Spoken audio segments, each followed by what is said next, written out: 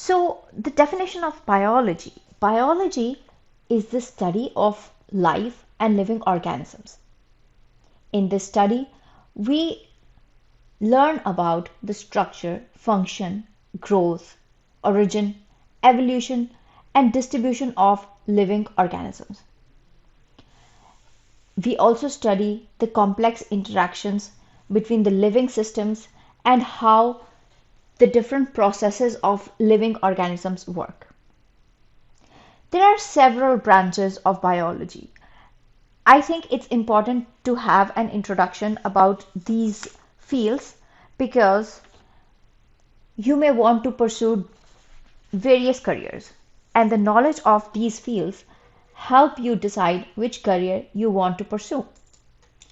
So zoology, as you know that you see animals in the zoo, so zoology is the study of animals, their behavior, physiology, classification, and distribution. Anatomy is the study of structure of organisms and their parts. Astro means star, and biology means the study of origin, evolution, distribution, and future of life in the universe outside of Earth. Bio means biology, and chemistry, you have studied chemistry. So, biochemistry would be the study of chemical processes within and related to living organisms. Marine biology is the study of marine organisms, their behavior, and interactions in marine environment like sea, ocean, etc. Ornithology is the study of birds. Bioinformatics.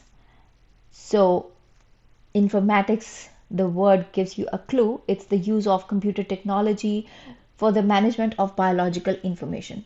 Linguistics, is related to language. So, biolinguistics is the study of biology and evolution of languages.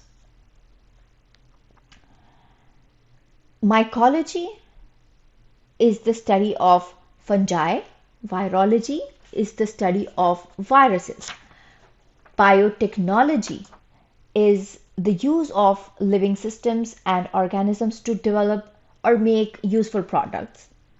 Bacteriology is the study of bacteria. Carcinology is the study of crustaceans. Entomology is the study of insects.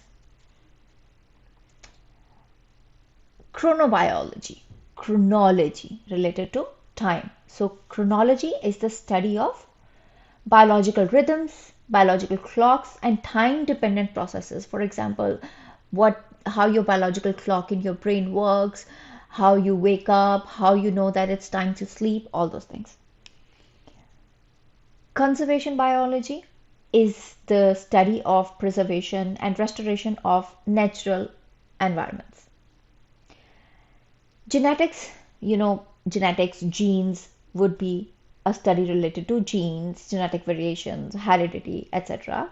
Genomics is related to genome, which is the whole set of DNA inside the body of an organism.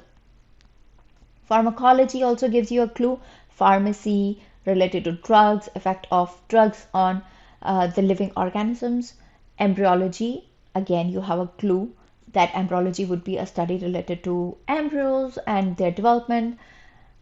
Biophysics. Now, this is a combination of biology and physics, which is the application of principles of physics to the biological processes. Epigenetics. So, you have heard about genetics. Now, epigenetics is beyond genetics.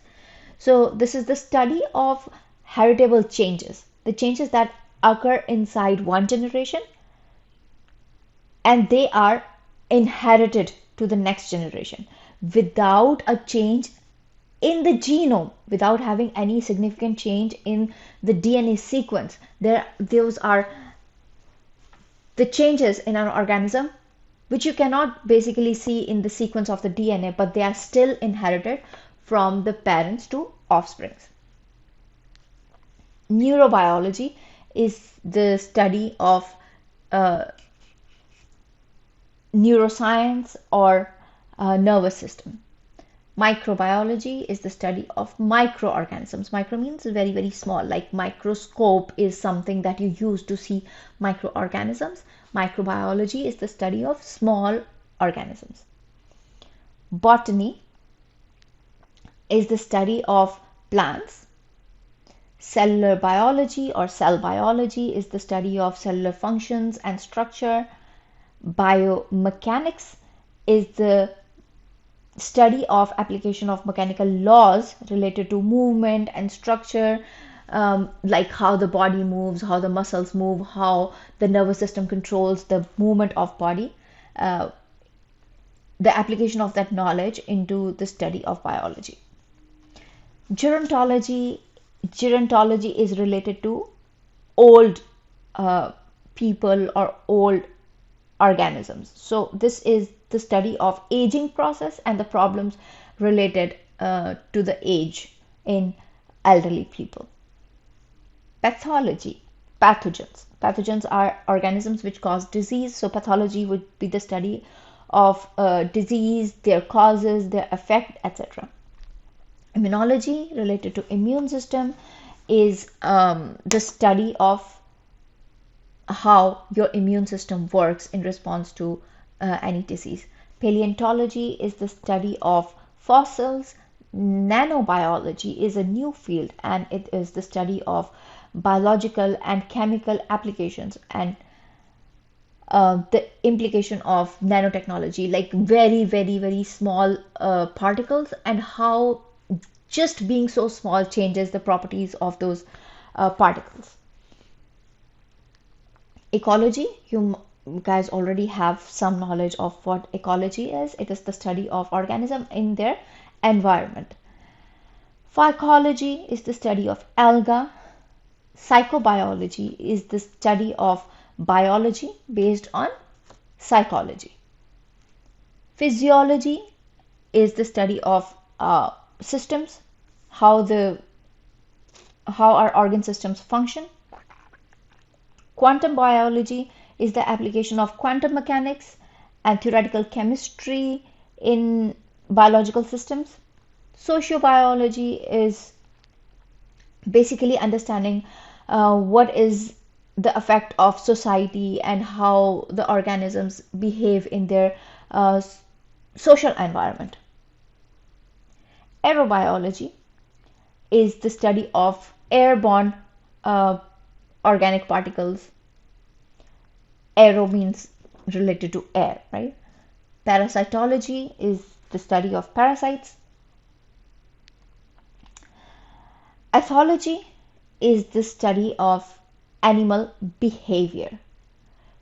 Cognitive biology is the study of cognitive process, how you understand things, how you learn, your learning process, your process of identifying things around yourself. Herpetology is the study of reptiles and amphibians. Ichthyology is the study of fish.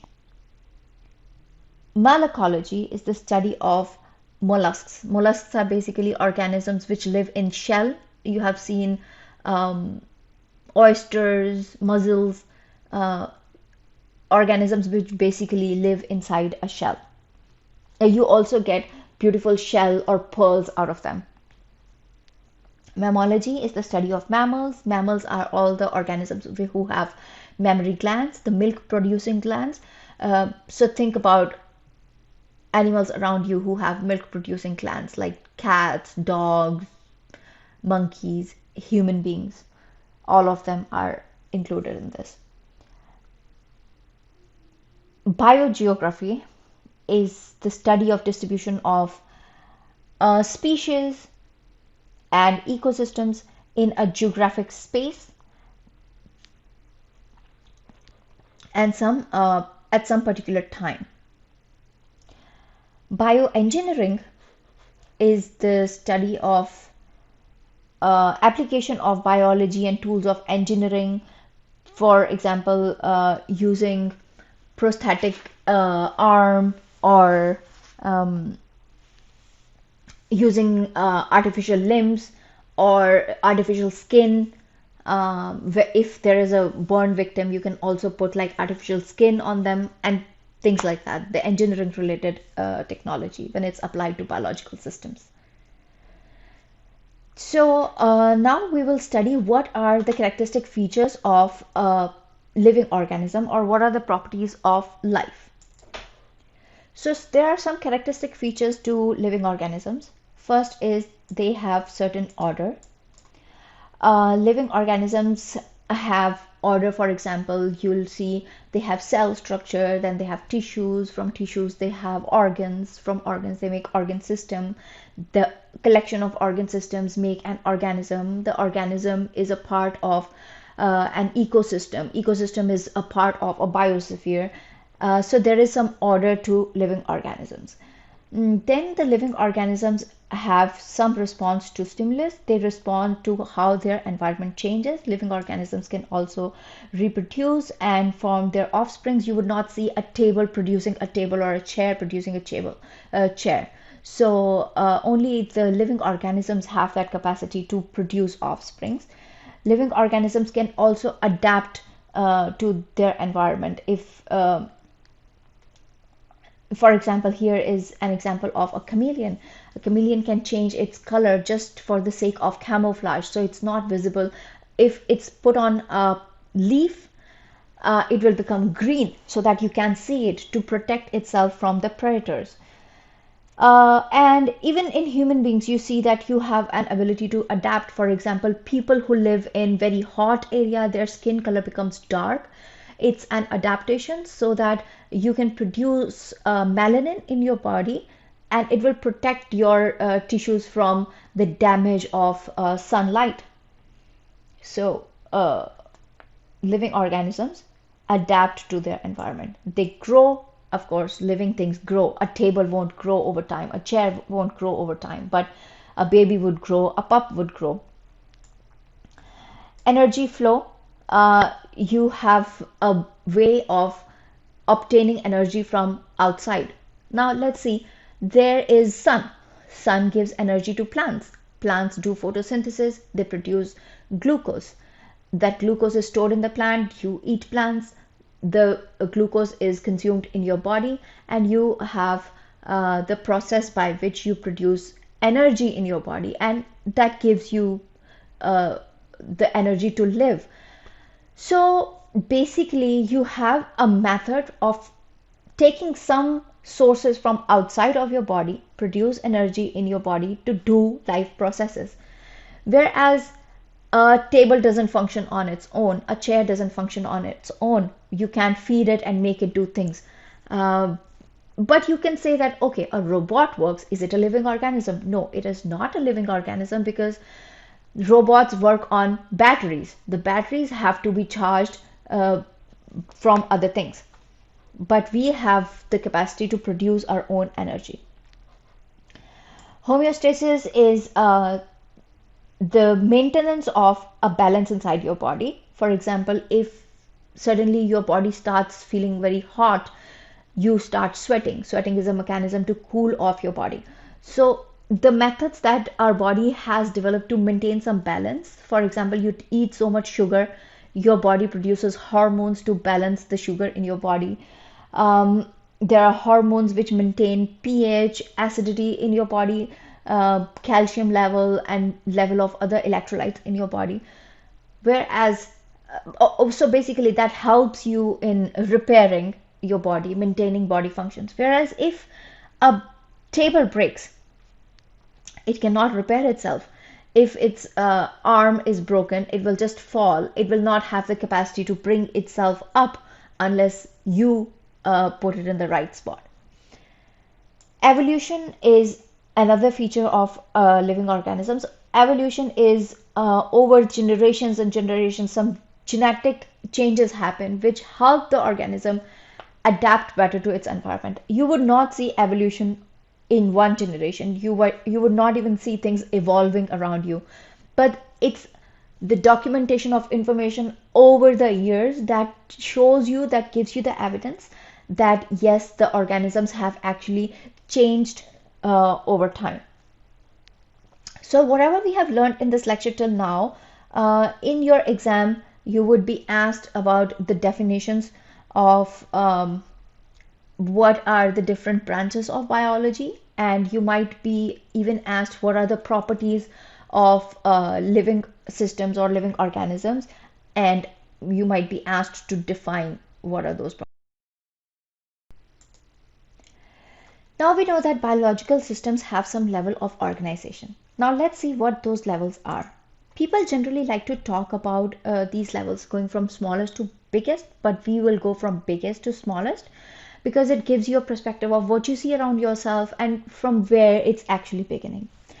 So biosphere is the global ecosystem, everything that's on this planet, all the living organisms, all the non-living environment systems, and the interaction of everything that's on this planet. Maybe it's on land, maybe it's on in water, maybe it's in air. Everything that's on this planet makes the biosphere.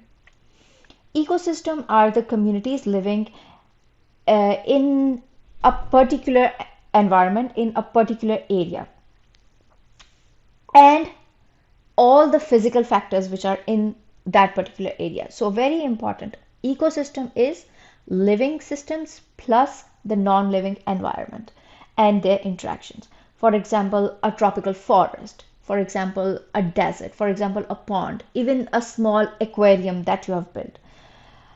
um, then comes the community. Community are different populations of organisms living and interacting with each other in one particular geographic area. For example, is a forest. In a forest, you have trees, you have microorganisms, you have animals. For example, a community of coral reef. Population is uh, the individuals of one particular species in one particular uh, community. For example, population of elephants in an area, population of human beings in an area, the colony of penguins in an area, things like that. Organism is one individual of that population. This individual has the capacity to carry out all its functions. For example, human beings. For example, bacteria. Bacteria is one individual, human being is one individual, and it's an organism. Organ systems are the group of organs which work together to perform a specific function. So, inside an organism, you will have digestive system, respiratory system, circulatory system, reproductive system, central nervous system. So all these systems are required for an organism to work. These organ systems are made of organs. For example, in digestive system, you have stomach, you have liver, you have intestine, you have pancreas, you have esophagus. All these organs collectively make the organism. Organs are in turn made up of tissues. These tissues are the group of cells which come together to perform one function. For example, muscular tissue, for example, nervous tissues. So cells make tissues and tissue makes organs. Cell is basically the basic unit of a living system. Cells grow, cells adapt, cells multiply. Everything that we talked about as a property of living organism or a living system is also a property of a cell. So what kind of cells do you have in your body? Like red blood cells, nerve cells, skin cells, muscle cells, all kinds of cells, and we'll study about them later. Organelles are specific structures inside the cell which perform specific function. For example, here we are showing a mitochondria. Mitochondria is responsible for producing energy. Nucleus has the responsibility for carrying the genetic information inside it. Golgi has the responsibility of processing different proteins, different macromolecules.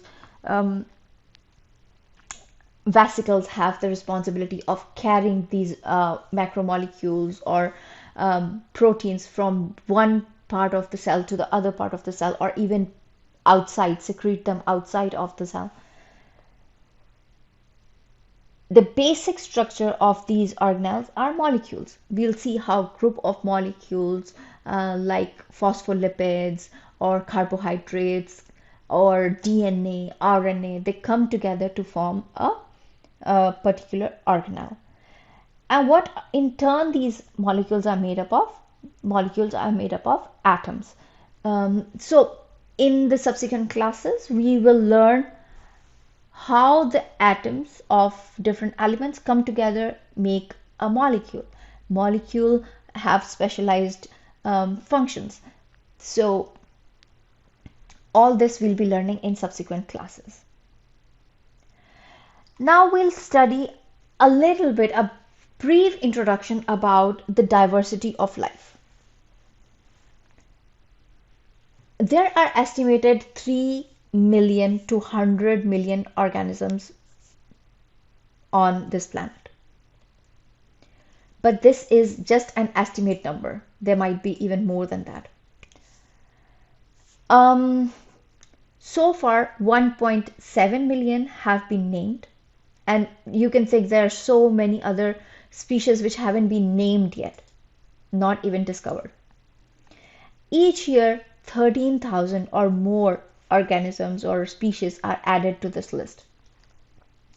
So taxonomists are specialized biologists who identify and classify new species, a newer life on this planet, and tell us what category of organisms do they belong to. Taxonomists study taxonomy, which is the science or the discipline related to the classification of organisms. This guy that you're seeing on your right is the father of taxonomy. His name is Carl Linnaeus. He lived in 1700s, and he was the first person who started looking at the organism in a fashion to understand, okay, some organisms have similar function, similar structure. Maybe I can put them in one group and they'll be easy to study. For example, putting all the animals in one group, and plants are different, so put plants in different group, and it will be easier to study their characteristics if they are in one particular group. So he wrote a book. Remember the name of this book and when it was published. At his time, around 1758, 4,400 species of animals and 7,700 species of plants were identified or classified by that time. Carl Linnaeus proposed two very important concepts. You're supposed to remember these concepts. These might be tested in your exam. One is hierarchical classification, other is binomial nomenclature. Let's have a brief overview of what are the domains of life. All the organisms that you see around yourself can be classified into three major groups. First is eukaryotes. I'm sorry. Where is my pen? First are eukaryotes or eukarya, organisms which have well-defined nucleus in their cells. This is the key word. Eukaryotic organisms have cells which have well-defined nucleus. You have animal, plants, fungi, and protists. Out of this, these can be multicellular. Fungi can also be single cellular, but protists are single cellular organism. Still, they have a eukaryotic cell, which means they have a well-defined nucleus. The other two branches are eubacteria and archaebacteria. Eubacteria and archaebacteria have prokaryotic cell type, which means They do not have a well-defined nucleus. Everything else has a well-defined nucleus, and they are included in eukarya. Now we will study about the two concepts given by Carl Linnaeus. First is hierarchical classification and second is binomial nomenclature. So hierarchy means bigger to smaller to smaller to smaller to smaller. There are different levels. For example, in a company, you would have people on top, like the director of the company or the management people, then CEOs, then managers, then team leaders, and then the team or the workers under that team. Similarly, there is a huge group of organisms, and then they are narrowed down to smaller groups, because the smaller the group, the more similar are the properties of organisms inside that group. So the levels are domain, then kingdom, phylum, class, order, family, genus, and species. You have to remember the order of this hierarchy. I'll give you a mnemonic, which is keep pots clean or family gets sick. K for kingdom, P for phylum, C for class, O for order, F for family, G for genus, and S for species. Now let's see how we have been able to classify a dog by this system.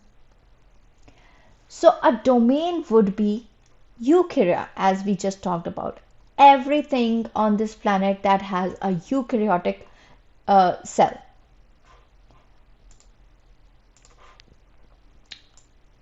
This will not include bacteria, but this does include paramecium, which is a protist, and tree, which is a plant. But remember, this does not have the bacteria or archaea. Then comes the kingdom. In kingdom, you have Animalia. All the animals are in this kingdom. Even a simple earthworm or a moth, they are also included in the kingdom Animalia, but not paramecium or tree.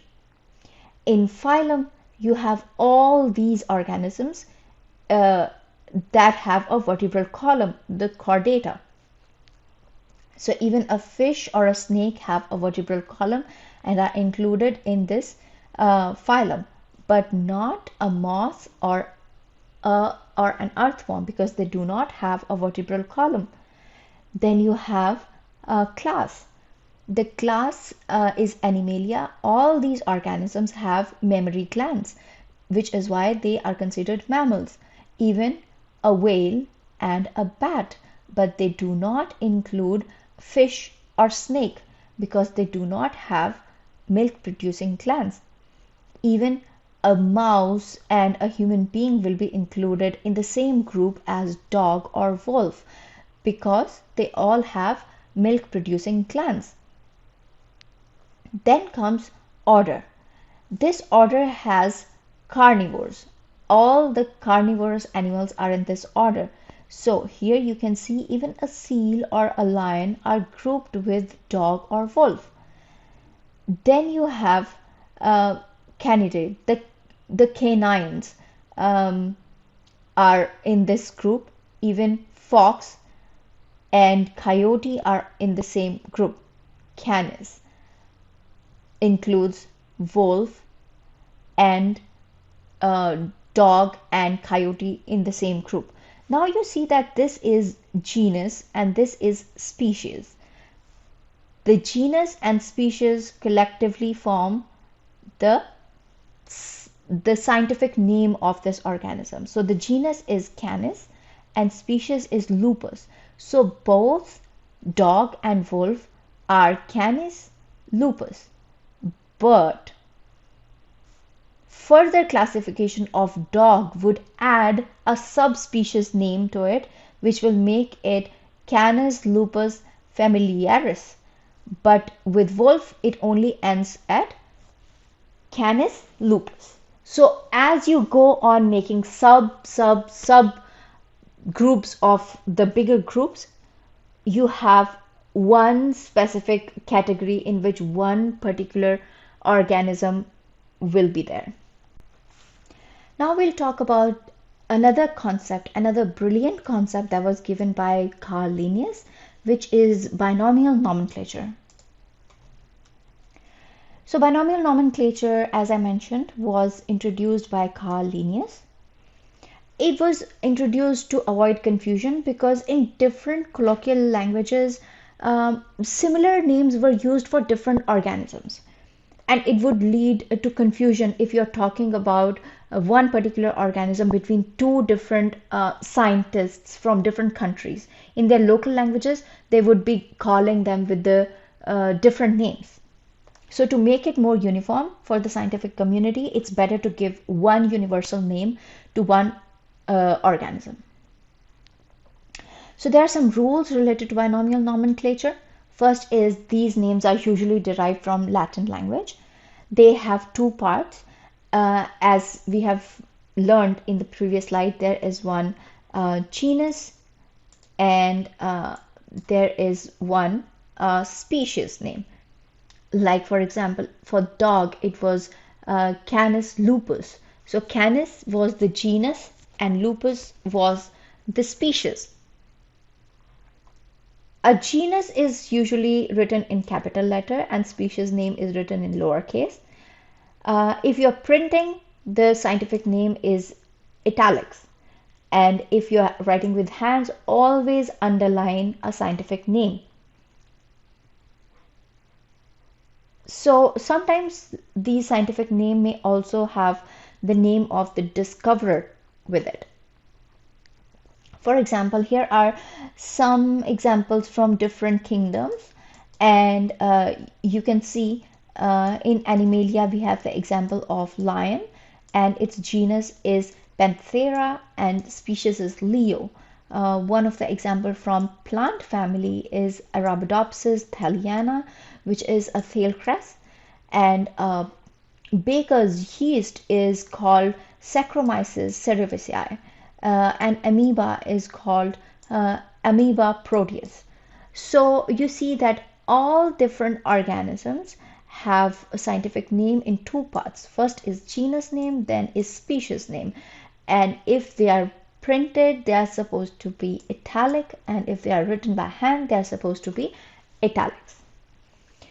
So I hope you have learned something about biology, biological studies, what are the basic characteristics of living organisms, and how these living organisms are classified. We will continue learning about scientific method in our next lecture. Thank you for now.